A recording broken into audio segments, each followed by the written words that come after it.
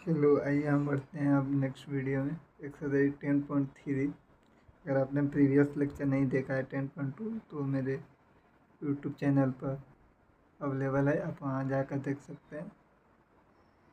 और please channel को subscribe कर दें और आपके जो भी क्लासमेट हैं जिनको पढ़ने में दिक्कत होता है, नहीं समझ में आता है, आप उनको भी ये वीडियो शेयर कर सकते हैं, उनको समझ में आएगा। तो इस वीडियो में हम आगे बढ़ते हैं। मैं ये आपको मान कर चलता हूँ कि आपको सर्कल में रेडियस पता हो, डायमीटर पता हो, कोड किसे बोलते हैं, कोड क्या होता है, टेंजेंट क्या होता है, ये सब आपको पता हो। नहीं पता हो तो मैं बता दे रहा हूँ। ये अगर सेंटर से जो भी लाइन जाता है वो डायमीटर होता है, और सेंटर से छोड़ के अंदर से कहीं भी लाइन जाए वो कोड होता है, जिसमें कोड की जरूरत है। परपेंडिकुलर वो होता है, कोई भी लाइन अगर 90 डिग्री बना दे उसको परपेंडिकुलर बोलते हैं, मतलब ये ठीक है। परपेंडिकुलर आपको पता हो, आप हिंदी मीडियम से हैं तो आपको कोई ज़रूरत नहीं। बाइसेक्ट उससे बोलते हैं जो दो भाग में बांटते हैं, ठीक है। तो हम इसमें आगे बढ़ते हैं, क्योंकि अगले चैप्टर में जाने से पहले हमको ये दो थ्योरम की जरूरत पड़ेगी। दो ही इंपॉर्टेंट है, बाकी थ्योरम है पर दो ही है। थ्योरम क्या कर रहा है, थ्योरम 10.3 है NCERT का, आप जाकर वहाँ पर देख सकते हैं। अगर क्वेश्चन नहीं समझ में आए तो आप बुक की हेल्प ले सकते हैं। हम बोलेंगे थ्योरम 10.3 का, the perpendicular from the centre of a circle to A code bisect the code. ये क्या कर रहा है कि अगर हम परपेंडिकुलर करें सेंटर से, ठीक है, तो हम मान लेते हैं ये वो मेरा सेंटर है। तो ये कह रहा है कि अगर हम सेंटर से कोई परपेंडिकुलर करते हैं कोड पर तो कोड को बाइसेक्ट कर देता है। यही हमें प्रूफ करना है कि कोड दो भाग इक्वल भाग में बांट। मान लीजिए ये आपका कोड हो गया, ठीक है। हाँ, तो ये बोल रहा है कि the perpendicular from the centre, अगर हम सेंटर से इसे परपेंडिकुलर करते हैं, ठीक है, सेंटर इधर आना चाहिए पर कोई बात नहीं, ठीक है। अगर हम इसे, तो ये परपेंडिकुलर का रहा है, क्वेश्चन में दे रहा है परपेंडिकुलर 90, ये दो इक्वल भाग में बढ़ता है, मतलब इसको ए बी मान लेते हैं, इसको हम क्या मान लेते हैं, ओ डैश मान लेते हैं। तो ये कह रहा है कि A O equal to O dash B, ये हमको प्रूफ करना है।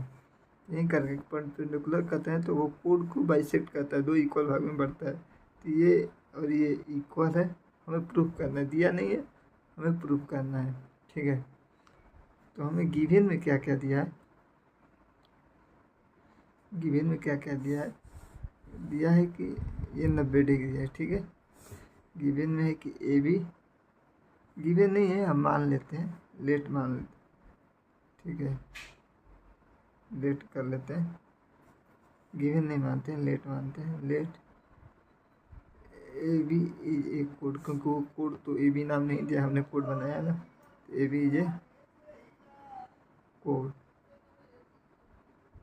कोड किसका, ओके सर्कल, ओके सर्कल का ना, सर्कल, सर्कल का सी से रिप्रेजेंट करते हैं। ये आपका सेंटर हो गया, रेडियस आर हो गया, ठीक है। रेडियस आर हम बता देंगे, यहाँ से अगर करेंगे तो रेडियस हो जाएगा, ठीक है।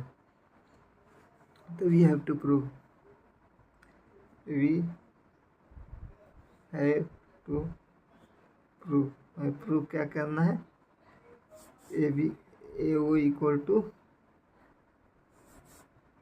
ओ डैश बी। हम कुछ भी नाम रख सकते हैं, ओ डैश, आपको नाम रखने में कन्फ्यूजन नहीं रखना है, हम नाम कुछ भी रख सकते हैं, ठीक है।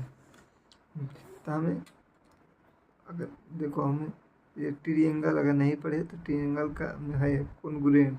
अगर हम किसी दो लाइन को अगर हमको इक्वल करना है, एंगल को इक्वल करना है, ऐसा सब क्वेश्चन है, तो हम उस ट्रायंगल में जाकर उसको कॉन्ग्रुएंट करके उसको इक्वल पार्ट निकाल लेते हैं, ठीक है।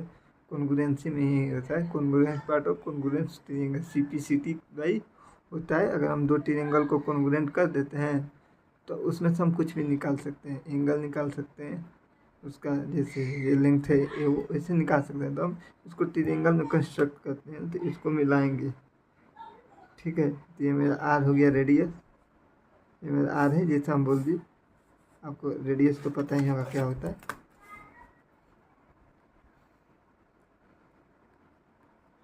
ये भी आपका आर ही है। तो ये दोनों आर है, तो वो है, वो भी आपका इक्वल हो जाएगा बाई रेडियस के थ्रू, ठीक है। तो आपको ट्रायंगल बन गया, ये 90 है तो ये भी 90, आपको पता है स्ट्रेट लाइन है, स्ट्रेट लाइन पे 180 बनता है, तो ये 90 तो ये भी 90 हो गया ना। तो वैसे हम लोग ये 90 कर लेंगे, ठीक है। तो आपको नाउ अब हम क्या करेंगे, ये दो ट्रायंगल में जाएंगे। Now in triangle, Hindi medium है तो नाउ अब ट्रायंगल ओ से स्टार्ट करते हैं, ओ से 90 डिग्री पे आते हैं। ओ डैश ए, आप ये नाम कुछ भी रख सकते हैं। एंड वैसे सिमिलरली करेंगे, ओ से फिर स्टार्ट करेंगे 90 डिग्री पाएंगे। ओ डैश बी, जैसे आप इसमें जाएंगे ओ से ए पर आते हैं तो ओ से बी में, ठीक है।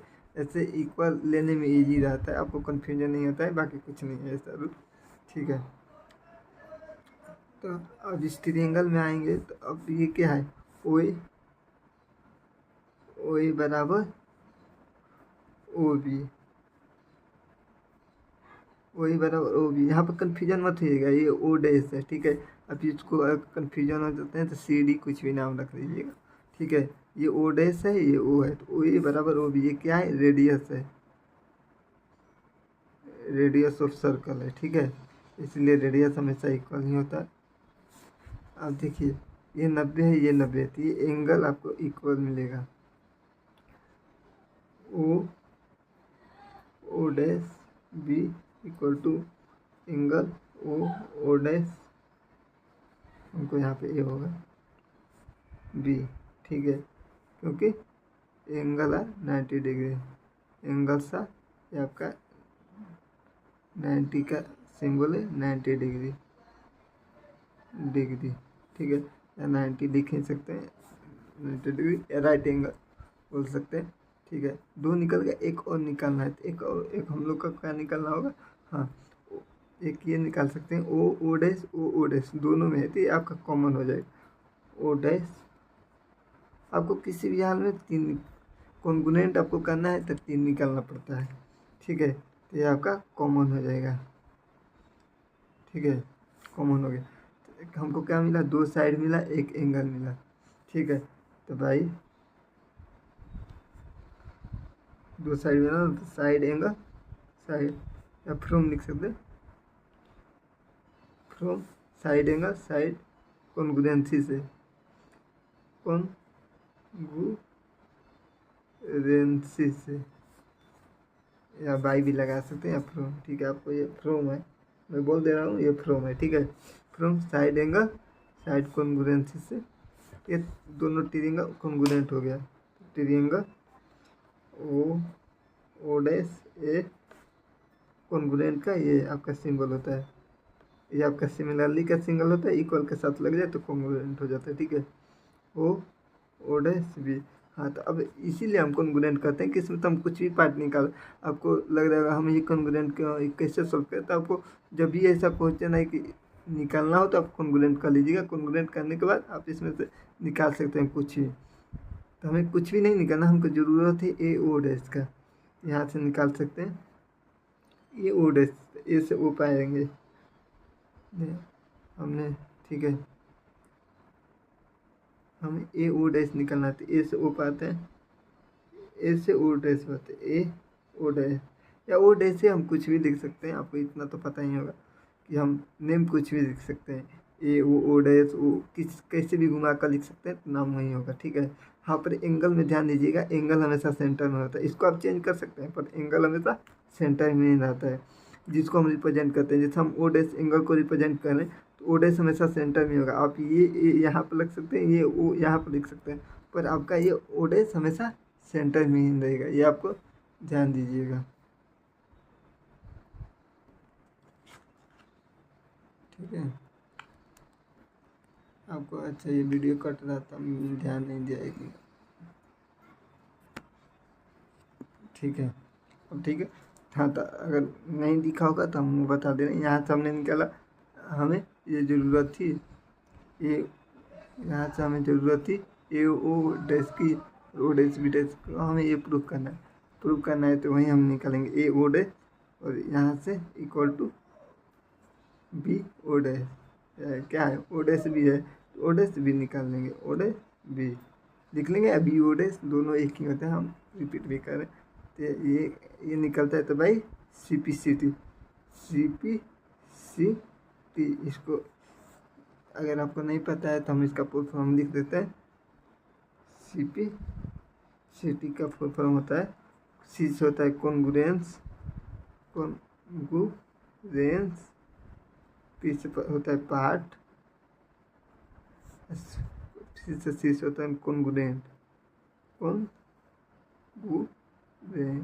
कॉन्ग्रुएंस पार्ट ऑफ, आप छिट गए, congruence part of congruence. T से होता है ट्रायंगल, ठीक है, ट्रायंगल। ये आपको नोट में आप लिख सकते हैं, ये एक्स्ट्रा है, हालांकि ये जरूरी नहीं है, ठीक है। तो congruence part of congruence triangle, ये आपको यहीं पे बाई CPCT से प्रूफ हो गया, ठीक है। यहीं आपको प्रूफ करना था